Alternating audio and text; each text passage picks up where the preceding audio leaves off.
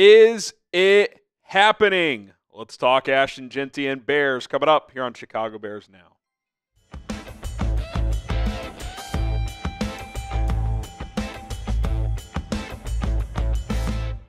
What's up, everybody? Welcome into Bears Now by Chat Sports. I am Harrison Graham. The Ashton Jeanty to the Chicago Bears buzz just continues to increase as we are now 30 days away from the start of the NFL Draft. Let's get to the most recent piece of evidence that we have about Jeanty's interest in Chicago. So you guys probably saw it over the weekend, but this viral clip from when Eric Bieniemy was the Vikings running backs coach for one Adrian Peterson. Remember him? He had a pretty good career. And he was basically just hard-ass coaching him in practice. He was late to practice. He was giving him shit for that. He said, we'll fine you. And, just kind of setting the standard. Like, hey, I don't care if you're Adrian Peterson. We're gonna coach you hard. And that's kind of Bieniemy's mantra is he's kind of a hard-ass. And some players like it, some don't. But I think it's exactly what this team needs.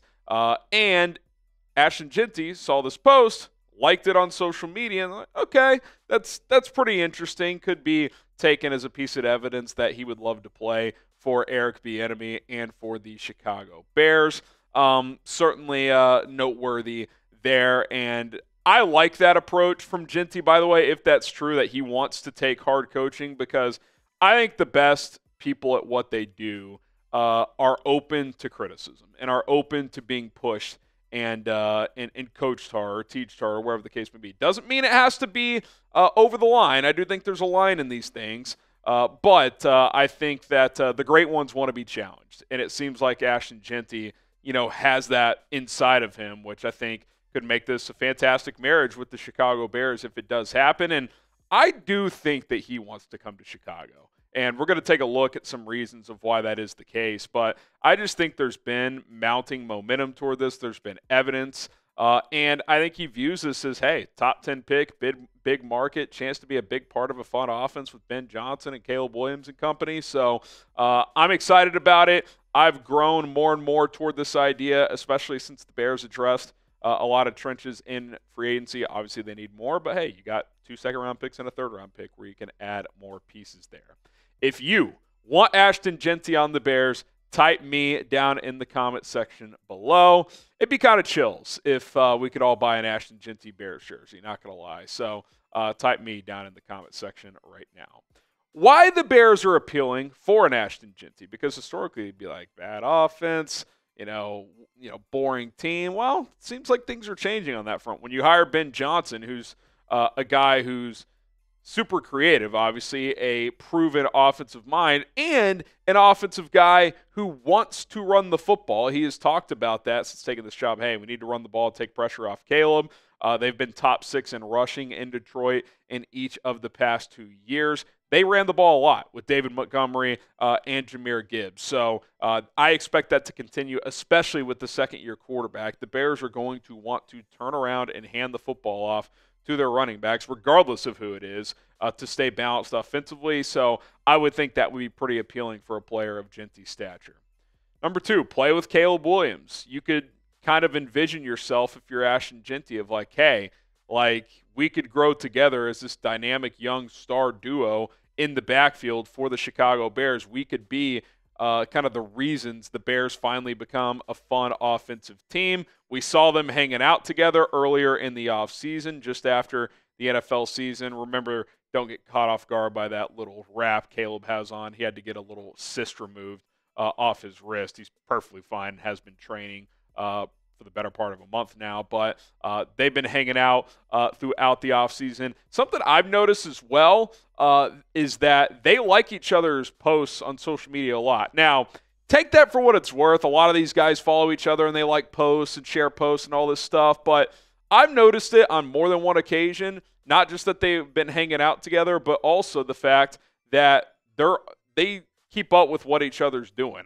There was one recently where there was an Ashton Jeanty post that he put up, and Caleb liked the post. So that is something that these two guys have done. I think the point of that is just like, look, don't want to overvalue someone hitting the like button on social media. All these guys this generation, they're all on Instagram, they're all on Twitter. A lot of them are on TikTok. but they don't all follow each other. They don't all like everyone's posts. I think that these two guys are paying attention to what the other one is doing. Here's an example of that. Caleb, that's his IG handle. So you can see he liked that post right there. So just a little nugget, nothing that's crazy there. But I think these two guys clearly get along. They have some sort of a friendship going on here, and could be a fun young duo to get going here in Chicago. Okay, today's show is sponsored by Rocket Money, personal finance app that can help you find and cancel any subscriptions you no longer want, monitor your spending, and help you lower your bills so that you can grow your savings. Listen, we all sign up for stuff. There's so many streaming services these days, online newspapers, even social media apps are having you pay for subscriptions now. It's wild. And look, a lot of the stuff is worth it, but some of it's not. And within the Rocket Money app, you're going to see just how much you're spending on a monthly basis on subscriptions. That number's closer to $300 when most Americans think it's more like $60, $70. So if you're looking to scale back on your spending, with the click of a few taps, you can cancel some of those subscriptions you no longer use, no longer want, whatever the case may be. On that front, you can just track your normal bank statement. It'll tell you when you've got bills upcoming, so you're not caught off guard when your electric bill comes out of your account or your mortgage or whatever the case may be. If you're like me and you got a mortgage and you got daycare to pay for and big expenses, well, you got to pick and choose what you're willing to spend on, and Rocket Money is going to help you stay on top of all of your finances. So get going with Rocket Money today. RocketMoney.com/Bears now. Stop wasting money on things you don't use. Cancel your unwanted subscriptions. And members can save up to $740 per year when you use all of the app's features. They have saved customers $500 million in canceled subscriptions alone. One more time, RocketMoney.com/Bears now. Link in the comments and in the description of this video. Okay, number 3. Jeanty can be the lead running back in a 1-2 punch here. Depending on who drafts him, he may not necessarily be that lead back, but I also think it's a good combination of he could be the lead back here, which his, resume at Boise State, and everybody, I see sometimes people are like, well, small school, can he be that productive? He torched Oregon against Penn State, where his offensive line created no rushing lanes. He still grinded out over 100 yards and 90+, which were after contact. So, yes, to me, he is a proven player at a big-time level. I'm not concerned that he played at a slightly smaller program in Boise State. He dragged that Boise State team to the college football playoff. I wouldn't even say it's one of the better Boise State teams of my lifetime, if I'm being completely honest. He was a big reason, really the reason why they made it as far as they did. But I think this is kind of an ideal situation for him if he comes here, because he had so much of a workload last year that he could come here and, yes, be the lead back over DeAndre Swift, but it would be a 1-2 punch given the history of what Ben Johnson would like to do, David Montgomery, Jahmyr Gibbs. You could do the same thing with Swift along with Ashton Jeanty. Even if Jeanty's that lead guy, Swift would still have a big role, and you could keep those touches down for Jeanty, especially in year one, which I think would be ideal. I mean, he had almost 400 touches last year at Boise State. That is a heavy workload for a running back at any level. So you get his touches down a little bit as a rookie, pair him with Swift. I think it's a good fit. I think their skill sets mesh well, as Jeanty's kind of the full package. He certainly has better vision, better contact balance, can run between the tackles, but he can also hit the home run, whereas Swift, we know, can hit the home run, but an inconsistent vision runner, right? Like misses the hole sometimes, tries to bounce it out, and when it's not always there, you kind of can get more value out of his touches in a slightly lesser role for him.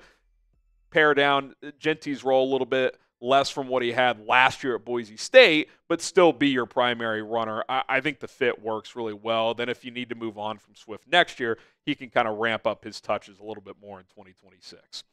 Okay, number 4. I think a chance to contend immediately. I'm not going to sit here and say the Bears are going to win the Super Bowl next year, but I think if things go well, if Caleb takes the steps, if this coaching staff is much more competent than the last one, which based on their resumes, it should be, I don't see why this team can't contend to at least be a playoff team. The 2 primary teams that are linked to Jeanty in the draft inside the top 10 are the Las Vegas Raiders and the Chicago Bears. And I give the Raiders credit. They look much more credible overall with the moves they've made this offseason by hiring Pete Carroll and John Spytek. Geno Smith is a serviceable starter. but they're still in the AFC West with the Chiefs, Chargers, and Broncos.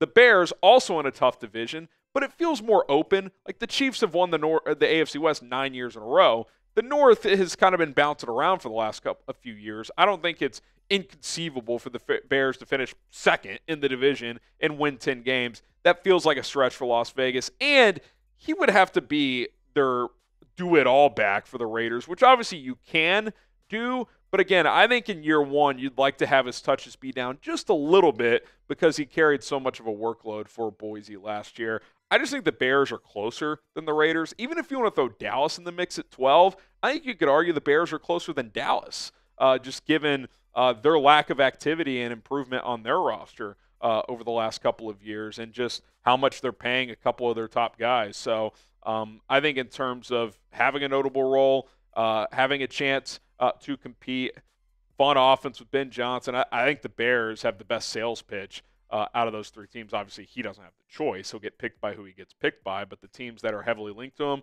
I think the Bears have a better chance of winning.